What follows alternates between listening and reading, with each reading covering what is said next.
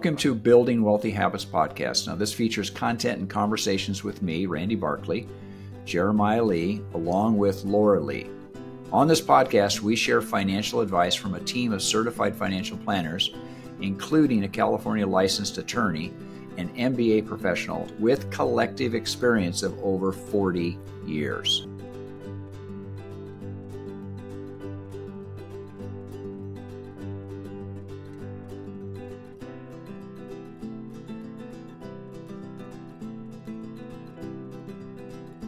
In this week's episode, we are talking to people who have funds and they want to invest them, and they're hearing all sorts of things from the news. We're going to hit three main topics. One is there a wall of cash sitting out there that's going to just boost and sustain our stock market? The second is NVIDIA and some of those other Magnificent Seven stocks, are they overpriced? What should we do with that? And the third being, what should you do when you get that hot pick from your Facebook group or from other social media source? So we're going to talk about some news articles. We're going to talk about those three items. And if you're someone out there or you know someone who has some cash, they're not sure what to do with it, it might be a great listen.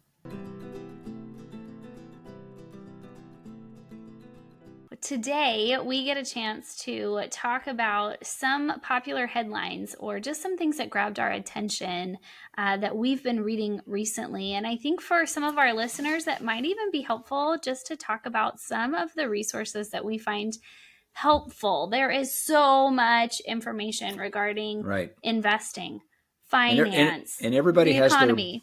Everybody has their bias. So as soon as I have a conversation with somebody, I can almost tell exactly where they're getting their information from. And their concerns, right? And some of it is, social media based, which is fun, but it's often opinion driven. It's perspective and opinion driven. There's some reporting that's, trying to be more factual, but it's a little more dry. Like you could read economics reports, but that's not as engaging. And so, we've struggled with this for years of making sure that we are keeping our fingers on the pulse of markets, on what's going on. And we have a number of different, periodicals and data sources that we are constantly receiving, and even individual people, economists that we meet with to get their take on what's going on, to try and get the unveiled reality, right? Trying to get to a better version of truth. And so this is our discussion about a couple articles that we liked, we thought were interesting. Mine I pulled from the Wall Street Journal. I like that as a news source. Yep, mine came from Barron's, which they are related. So if you sign up for a subscription, for like an online subscription, you get Wall Street Journal, Market Watch, and Barron's. They have a deal, I think, to get those three together. I think they're all really helpful resources. Yeah, and my article is from Wall Street Journal too. And of course, I'm constantly reading, and then I'm pulling articles out that have different points that I want to kind of go back and review again. And then, again, for me, it's not just believing anything I read, even from a source like Wall Street Journal. I want to go back and do additional research and get verification that those things that they're talking about, is there anybody else that verifies that? And that's important to me. Yeah, and I think there's a good separation between like entertainment and news, right? Right. Like water cooler talk is interesting. Social media is interesting. But if you're actually going to make trades on something, if you're actually going to take action for your future, I think there's a whole nother level of scrutiny that needs to apply. Correct. Yeah, I always look at it with like kind of a careful, critical eye. And I think what we have the benefit here in the office is we have access to this conversation, that water cooler chat. So, once a week our team meets just to talk about investment related topics. But in between times, we're talking about, hey, did you hear this? Did you read this? What do you think about that? And I think having conversation with for our listeners, like other people in their life that are interested in these topics, can be really helpful because logarithms are real. And so the news and the information that's piped to us is oftentimes just informed by our logarithm. So talking to other people, they're going to have maybe a slightly different perspective or viewpoint based on what's been given to them. Yep. It's a great comment. I like that. Well, why don't we jump in? I can kick off with our first article. Mine is called "Sorry, Stock Bulls. The wall of cash isn't headed your way." And yours was Wall Street Journal, right? It's Wall Street Journal. It's by Teles Demos. So the article, in essence, there's this sentiment of saying there is so much cash that's not in the market today. It's sitting on the sidelines, and soon, very soon, it's going to come flooding back in. Whether that means we see a dip and then we spike up again, or if this current rally just keeps going and going. There's $6.5 trillion. That's a lot of money. Yeah, 6.5. That's unfathomable. I don't even know if I to can me. fathom $6.5 trillion. How many dollars is really? that stacked up all the way going to the moon and back? I don't know. I don't Yeah. know. We'll look that up and say that That's on next right. week's podcast. Yeah, right. It's a huge amount of money, and there's been a sentiment that this money is just sitting there and it's desperate to get back in the market, and it's going to come flooding in and push all these prices higher. Well, the number 6.5 trillion is bigger. However, it's not a new concept. I mean, go back to the 90s, there's been this idea that there's more cash than needs to be sitting around. It's in banks, it's in money market funds, and there's this sentiment for investor types that think, hey, it's desperate to get back in the market. It's going to come in soon. But the point of the article was actually bringing just a current conversation of saying, we went through this short banking crisis, kind of, this moment where a couple of banks folded. And the whole crisis lasted like a weekend. I mean, Yes, the whole right. thing was over. It was done. Right. All of a sudden you thought the world was, Chicken Little, the world was falling. And then the whole thing was over. It was so quick, right? The sky was falling. Yeah, exactly. And there are some losses that filtered through to a number of organizations and insurance companies, all sorts of things. However, the general sentiment is that our banking system is not falling apart. However, I think because of that, people are okay to have a little extra cash. They're okay to sit with it, maybe not in a bank, but in a money market fund or some other type of location where it's accessible. So there's a little bit of unease about the banks. A second reason for this cash is liquidity. The markets have been going up and down, and there was a cash squeeze in the midst of COVID. And I think there's a lot of corporations as well as individuals that are they're okay to have a little more cash just available. From a normal person, they may say, I want to have an extra $5,000 around. For a corporation, they may say, I want to have a couple more million around. But having higher cash balances has been comfortable. And the big kicker, which I think this is what makes this realistic for a lot of people, is that cash in the bank used to be getting 0.01, 0.02, almost nothing. Yeah, they used to call it cash is trash because they wouldn't pay anything for it. So people would have these large balances, but they would get, minuscule. I mean, people have $100,000 sitting in a CD and they would get a statement showing, they made 27 cents last month. Right. Whereas now drum roll, please. What's a money market account lending? Like people are getting 4 or 5%. Yeah. They're getting some good money. And so for someone to say, I have extra savings here that I'm keeping in a money market type fund, it's getting 5%. It makes me a little more comfortable to have the liquidity. I don't really want to just put it in the market or put it in the bank. That's not just a momentary thing where that money is desperate to get in the stock market. That is, I think, somewhat of a reality that people are okay to sit with that for a while. So we may see, even if the market goes up, it comes down, we'll see money move back and forth. However, I don't see in this article, the whole point of this is saying, we don't see this big hoard of cash that's going to come funneling in. Really, people may be more comfortable with cash, higher cash balances than they have previously, and just sit with it and enjoy it and get their 5%. So is the article saying that banks are competing with the equity markets, with stocks and other investments? They're saying the banks are providing a better return than what they have? It's a good comment. And some of this was bank related. Some of it was also just mutual market money funds. So ones that could be traded even, short-term treasuries, things like that. But the main thrust of the article was saying those people who are bullish and saying, hey, we're never going to go down, because if the markets come down, all this cash is going to come in. Or whereas the market keeps going, that cash is going to be added to the fire. It was kind of a warning of saying, hey, that cash stockpile that you're looking at and kind of drooling over in the market, thinking it's going to flood in, it may not ever flood in again. Yeah, it was exposing an assumption that like, okay, we've got this great cash reserve, we see it, but the assumption is that all of that is earmarked for investment. And I think to your point, maybe an indicator of some of the shift of that cash into investment is stability in the marketplace, because the opposite has happened. We saw a lot of volatility in the marketplace, and so people want, and perhaps wisely so, to reserve some cash, that plus the the 5% return they can get in a money market account. That's not a bad idea. And so, I think that'll be interesting as we move forward. If we see some more stability in the market, maybe we do see some of that cash reallocated towards investment. Yeah, and we tell our most conservative clients, we tell our clients to keep a cash reserve, and anywhere from 1 to 3 years of household needs in the bank. And right now there is reward for doing that. You can actually leave money there and get some good interest on that money. But also people, as they get older, they want less opportunity and more security, right? I mean, that's Right. part of it. And just to be more specific, when we say keep some liquidity, we are still recommending those money market accounts because they're lending such a great return. And so we're not literally saying put it in a bag and sit on it or hide it in your house. Make your cash work for you to some extent, but it is wise to keep some liquidity. So, and that 5% that's coming, it's with relatively zero risk.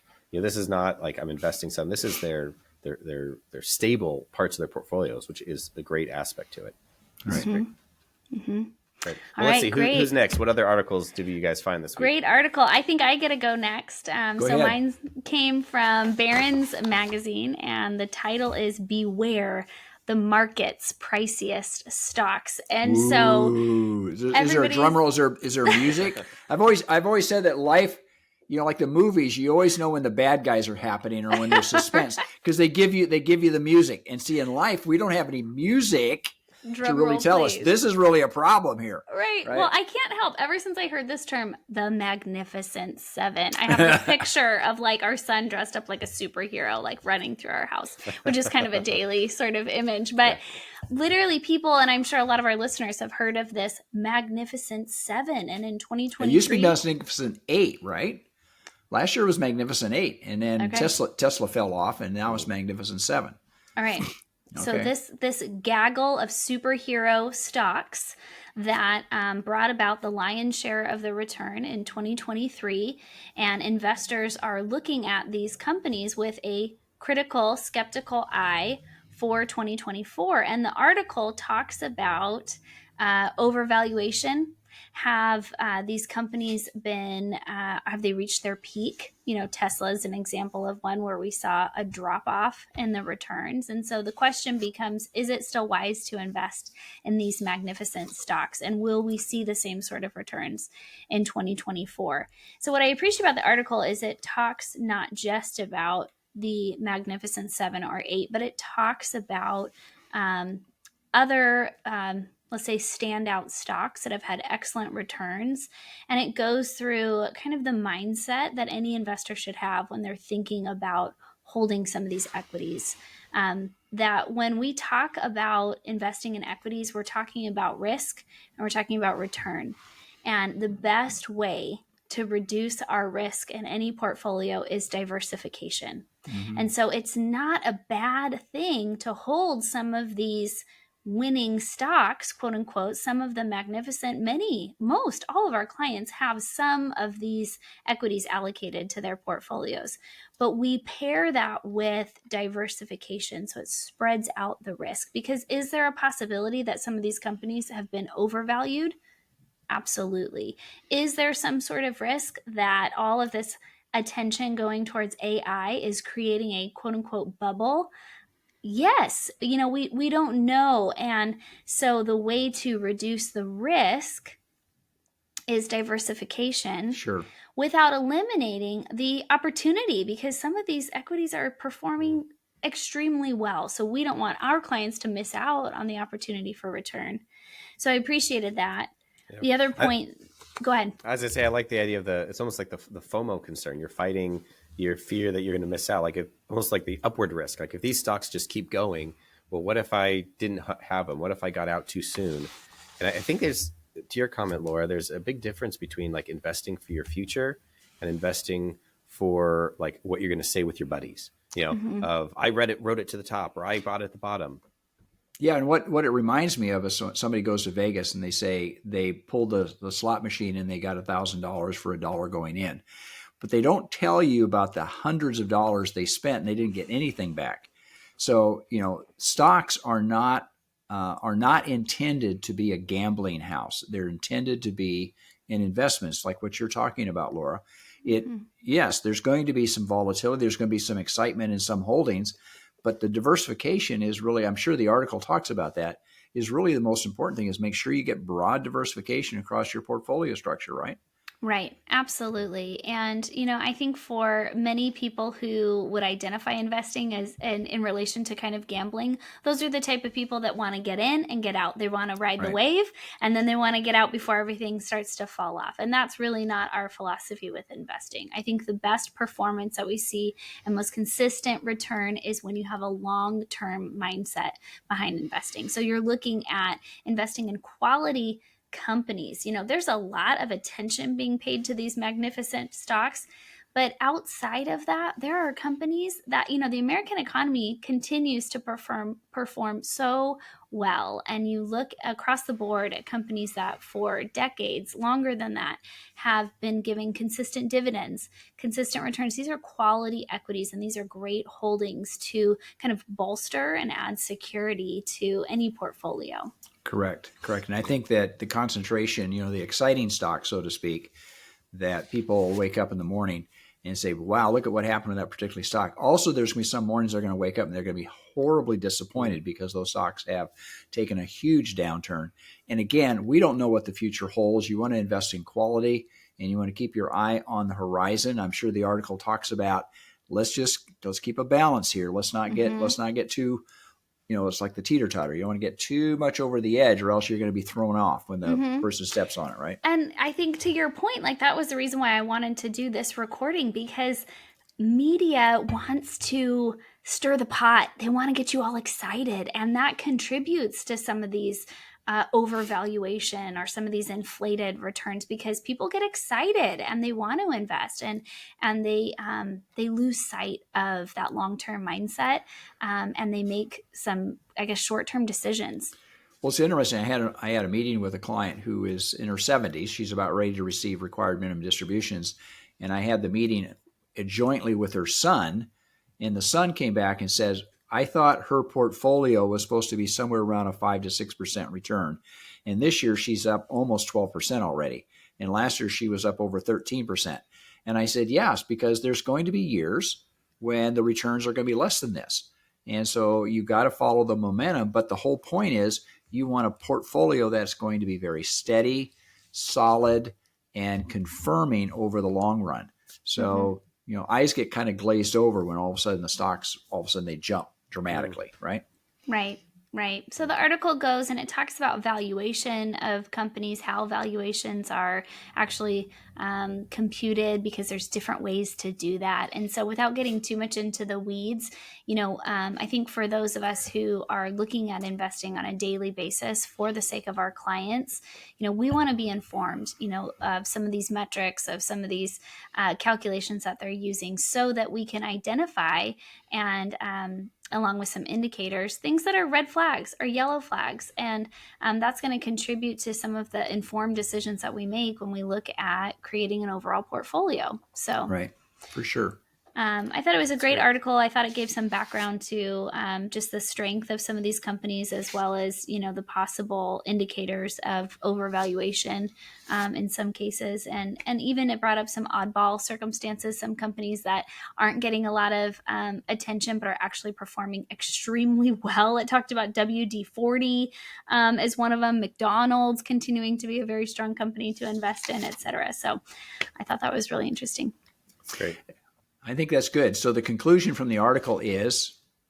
I would say that it's not to shy away from investment in some of these magnificent stocks, because they truly are creating fantastic returns, but that you don't want to put all your eggs in that basket. You want to not concentrate in those few, right? Exactly. So don't neglect the fact that there is some great returns that are available in the market if you want to take advantage of them. But to not neglect the basic concepts of smart investing, diversification to lower your risk, look at key valuation and indicators as well. Fantastic. I think that's good advice. All right, Randy, let's look at your article. What did you pull out this week? What jumped out to you? Because I'm always concerned about somebody being led down the path. And clients, in fact, just before we started, I got a call from a client who was trying to sell a timeshare. And my antennas went up right away, because they said, oh, yeah, we have this somebody who's going to sell our timeshare and we're going to make a lot of money on our timeshare. And I said, how much did you pay them to do that? And they said, well, only $4,000. And I had them pause and stop. Don't give this person any more money, period. Will you promise me that? And they said, yes, I promise you. I promise you. Because again, people are lured into what they believe is going to be a home run. And this article here that I'm talking about, this is they're talking about, with chat, what is it? Chat GBT, GBT and AI. and Say AI. the title. What's the title of your article? Just to back up a little bit. Click here for stock tips from Bill Ackman. Now, for the listeners, they don't know who Bill Ackman is. Bill Ackman is a very successful hedge fund manager. He's had a lot of success in the stock market, but they're using not only him but also other people like him, and they are creating pictures of them, and they're doing this AI, so this simulation. So it's not them; it's a complete fraud.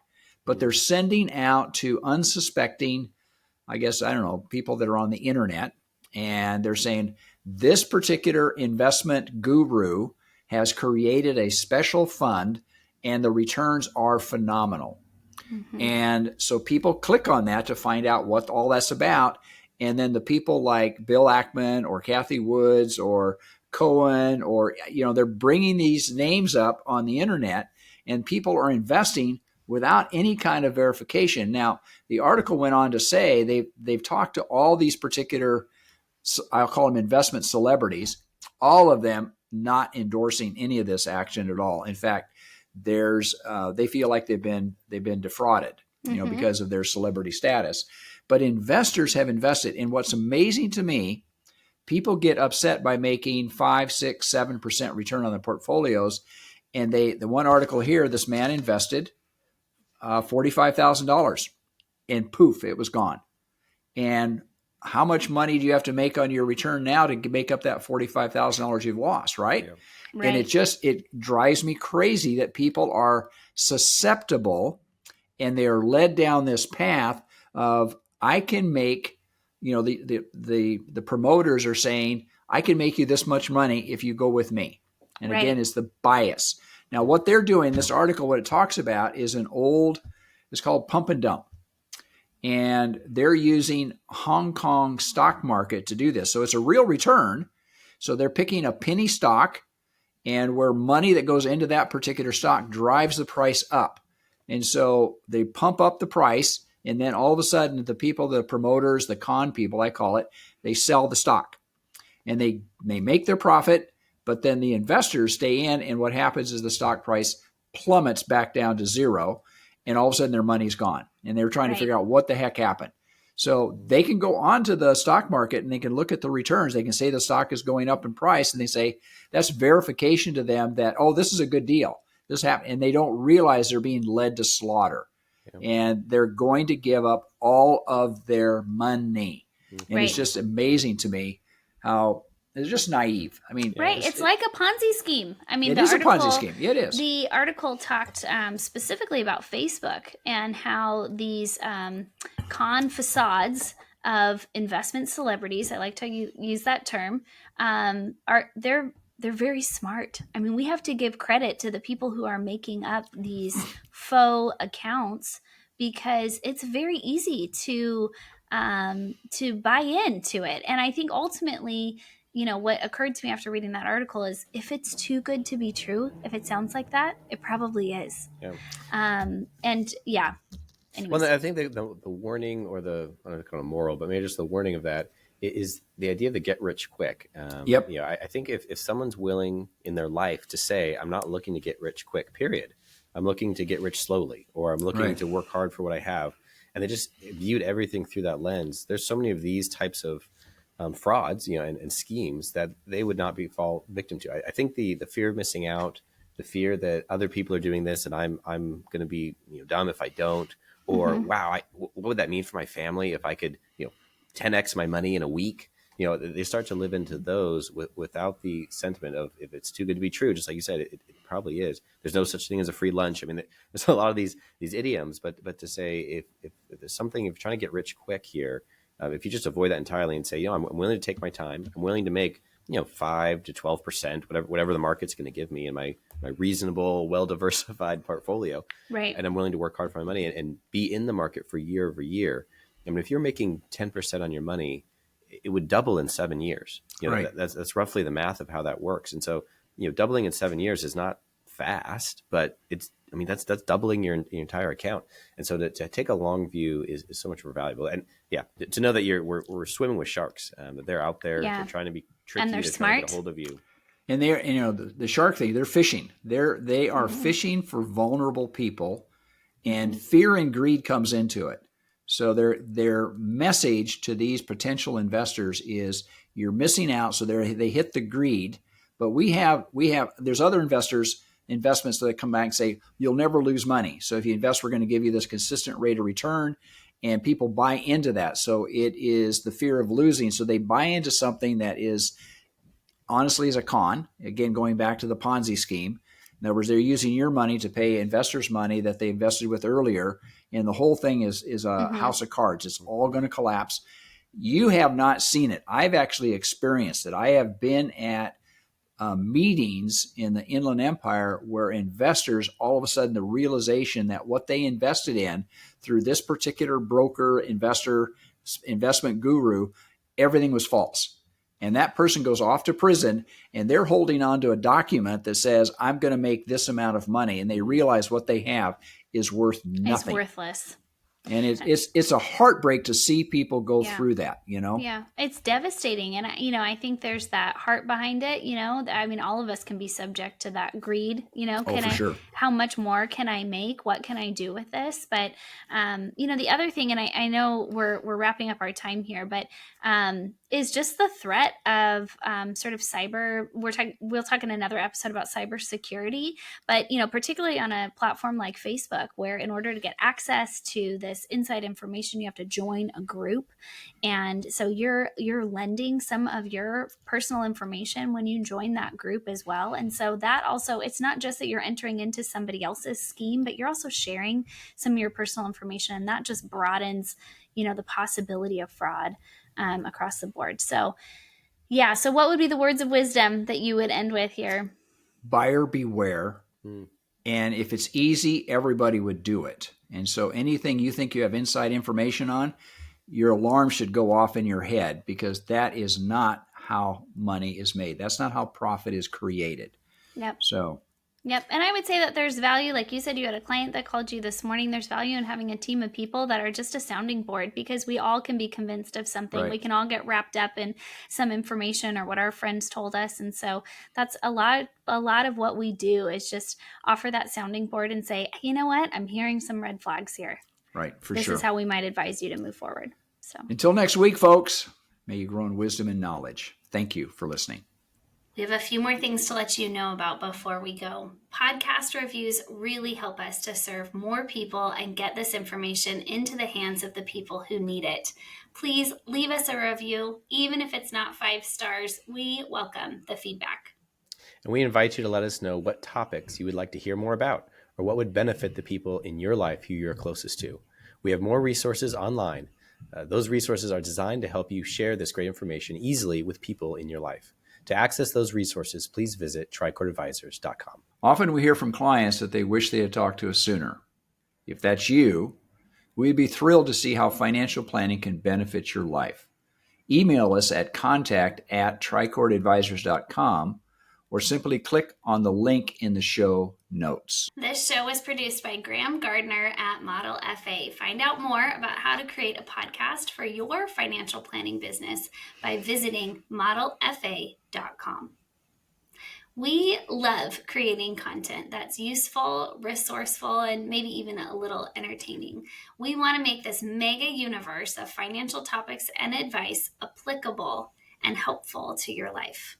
Remember, at Trichord Advisors, we are your future's best ally.